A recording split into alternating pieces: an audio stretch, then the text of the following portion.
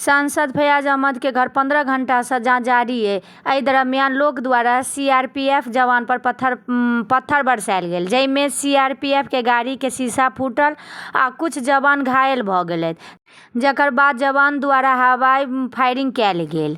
एहि दरमियान फैयाज अहमद घर सँ निकलि क' लोक सँ शांति बना राखय के अपील केलथि। तकर बाद किछु स्थिति नियंत्रण में अछि।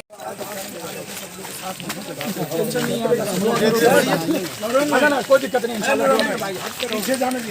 क्या कहेंगे? जांच एक प्रक्रिया है, जांच किया है अफसर ने, हमारे यहाँ कहीं कुछ नहीं मिला है और नहीं मिलेगा। अब थोड़ा देर और लगेगा, अफसर जाएंगे, हम कोऑपरेट कर रहे हैं और कोऑपरेट हम सब लोगों को करना चाहिए। सर किस अभी बाहर निकले थे आपके लोग? आप तो जानते हैं प्रेस वाले से हम क्लियर क्या और ज्यादा क्या बताएं।